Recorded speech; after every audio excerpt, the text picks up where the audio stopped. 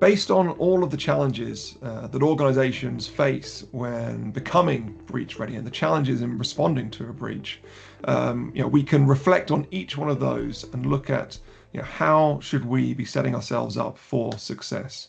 And when it comes to the people, really they need the support of a security culture that helps them defend against attacks targeting them, encourages them to spot suspicious behavior, importantly, doesn't penalize them for mistakes, and really encourages them to raise their hand and say, "Do you know what, I've either carried out this activity that I think probably wasn't the best thing to do, or be able to raise, "Do you know what, I've seen some suspicious activity.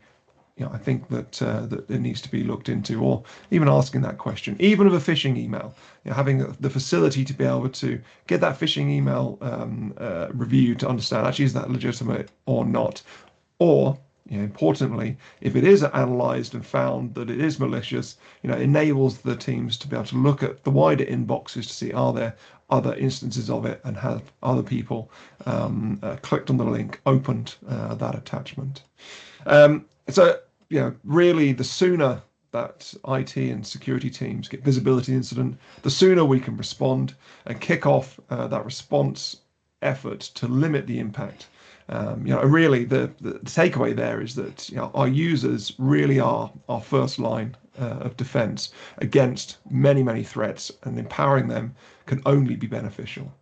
And then that really brings us on to, if we're looking at getting that early warning and early indication of a threat, that brings us nicely into visibility, because without that visibility of the threat, without visibility of the environment, it's incredibly hard and incredibly difficult to be able to orchestrate a successful response. So we need to be thinking about actually how do we provide that visibility. There's actions that I spoke about previously that we can take, or the actions we shouldn't take to enable that visibility in the in-life memory, to affect the in-life memory of a system. But also when we think about our capabilities that we have, how can we collect all of that log and telemetry, store it securely, and really enable organizations and responders to be able to access that information, to be able to understand the breadth of the incident, the breadth of the breach, and then orchestrate that successful response.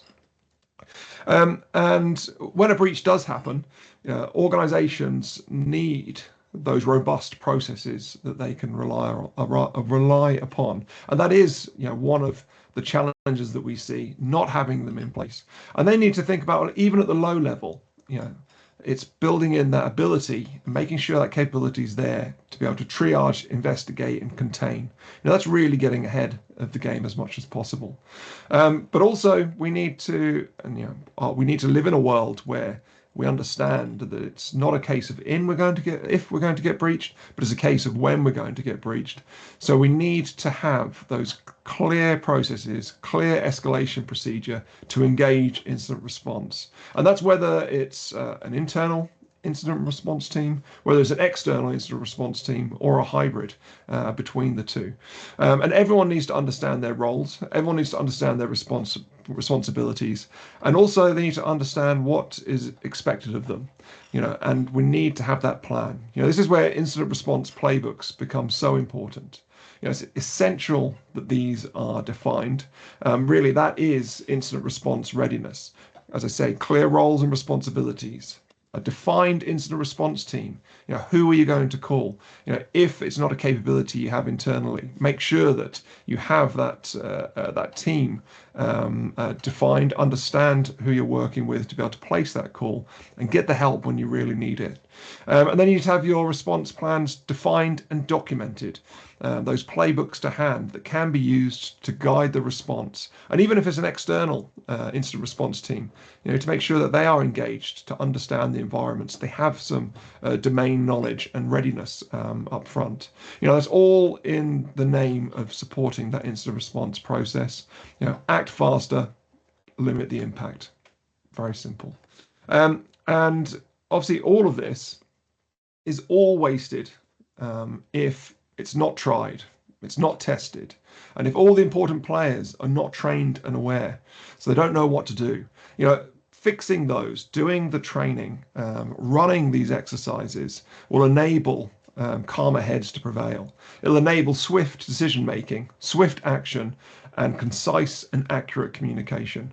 And that's really important, communicating through the business, but also not just to the business. It needs to go up to be able to extend and cover external communications, to look at actually how can we limit the impact to our brand, and how can we comfort our customers. And really that information needs to flow up to the very top so that we can process that, work with our PR partners, with our legal partners, with incident response to be able to build that effective response and effective lines of communication. So to do this, we need to make sure we're running tabletop exercises. An organization should run both technical exercises, testing the technical processes and the teams during that initial aftermath, how they're going to investigate, how they're going to respond. So that speed of response to the first inkling of or inclination of a breach or attack, but also running them at the exec level. So taking that lower level exercise, taking the learnings from that and the outputs and bringing that up and rerunning it with the exec level team so they can understand what actions they need to take, and they can start thinking that through so that when it does happen, as I say, we're not rabbits in the headlights. We know what we're going to do. We are prepared and for swift action. And then lastly, which kind of goes hand in hand, those plans that we've put together to respond to an incident need to be tested to ensure that they work. That needs to be part of that exercise. It needs to be done regularly. We don't need to, or we don't want to be in that situation where we have some plans we've built, they're put to one side, and we're not testing them on an ongoing basis. And part of that reason that we want to test them is because the environment will change, it will adapt, and it will evolve. And we need to make sure that any testing plans, any response plans are tested to make sure that they have adapted and evolved with our environment, with our priorities, with our critical systems as they change.